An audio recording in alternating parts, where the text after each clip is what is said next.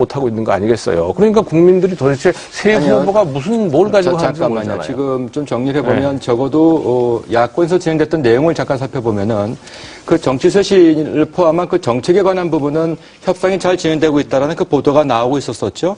그 상태에서 바로 그 신뢰 문제 때문에 이제 협상이 중단된 것으로 알려지고 있는데 이제 그 부분에 관한 진짜 원인이 무엇인지를 좀 토론을 부탁드리도록 하겠습니다. 네, 제가 그 부분을 좀 설명드리겠습니다. 지금 갑자기 단일화가 중단되면서 또다시 정치 쇄신을 들고 나오는데 자, 2003년도에 노무현 대통령하고 이른바 친노 세력이 열린당 창당하면서 정치 쇄신 예를 들었죠. 그래서 그때 국회에서 정치개혁 특위가 만들어져서 2003년 10월부터 한 2004년 총선 직전 2월까지 한 4개월, 5개월 활동을 했습니다.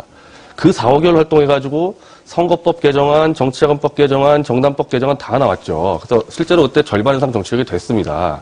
그런데 그 안에서도 수십 가지가 있었는데 그중에 된 것도 있고 안 된 것도 있는데 그 정치개혁이라는 하나도 몇 개월간 이렇게 양쪽에다 토론해가지고 만들어낸 게 정치 쇄신 아닌데 그걸 이렇게 벼락치기로 몇 명, 3명, 저쪽 3명, 저 3명 나와서 일주일 동안 얘기한다?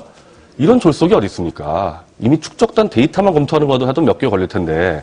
그러니까 저는 정치 쇄신이라는 것 자체도 하나의 레토릭이지 과연 난 안철수 후보가 정치 쇄신에 대한 정말 구체적인 의지가 있는지 민주당을 떠나서 이해할 수가 없는 거예요. 그럼 왜 협상이 중단됐다고 보십니까?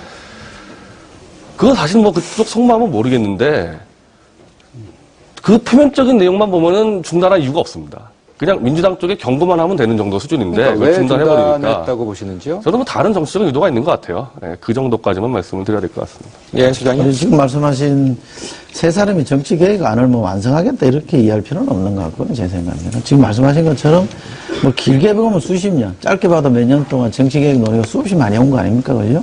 그 많이 온 거기 때문에 많이 축적돼 있다는 얘기고 많이 가닥이 잡혀져 있다는 얘기입니다. 그러니까 그건 그렇기 때문에 저는 세 사람끼리 한다고 해서 큰 문제 날 건 없다는 거죠. 그러면 지금까지 제시된 여러 가지 안들 중에 우리가 할 수 있는 건 이겁니다.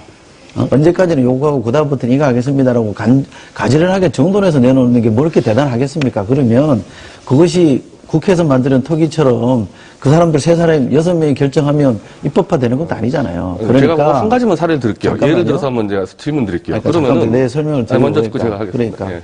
이 문제를 마치 세 사람이 뭔가 다른 나라에서 와서 뭔가 마치 모험 답안을 내는 것처럼 이해할 필요는 없다는 거예요. 이미 정책에 대해서 많이 축적되어 있고 방안으로 나올 만큼 나와 있으니까 그거를 본인들이 어떤 걸 하겠다는 선택하는 정도로만 이해하면 크게 오해는 없을 거라고 저는 생각합니다. 아니 그러니까 저는 그렇게 졸속으로 하다 보니까 논리적으로 상충되는 것들이 많이 튀어나와요. 정치개혁안에서. 대표적인 게 이건데 안철수 후보는 공천권을 정당이 포기하고 국민에 돌려주겠다고 지금 내놓지 않습니까? 근데 그래 놓고서 비례대표 확대를 얘기해요.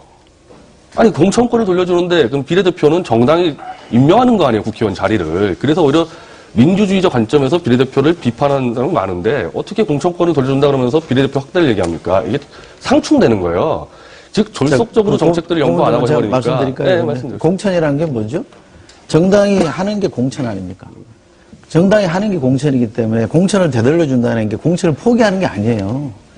정당의 공천권을 국민한테 되돌려준다는 얘기는 공천할 때 시민의 참여를 보장해주고 넓혀주겠다는 얘기입니다.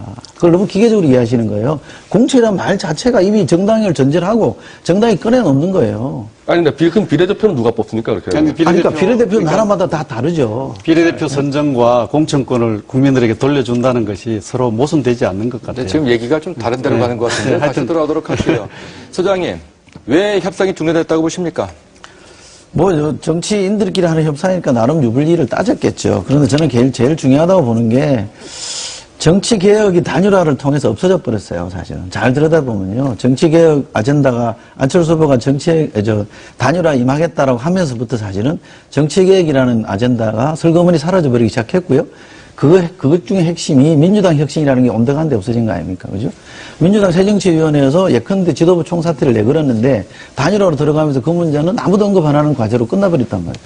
그러면 안철수 후보는 이건 문제제기 할 수 있는 거죠. 본인의 출마할 명분이 정치개혁이었는데 도리어 단일화 때문에 정치개혁이나 정치쇄신이 퇴색해버리면 본인으로서는 왜 출마했는지 의문이 갈 거 아닙니까? 그러면 이 단일화라는 게 새정치를 위한 단일화, 정치쇄신을 위한 단일화로 가야 된다는 걸 주장할 수 있는 것이고요.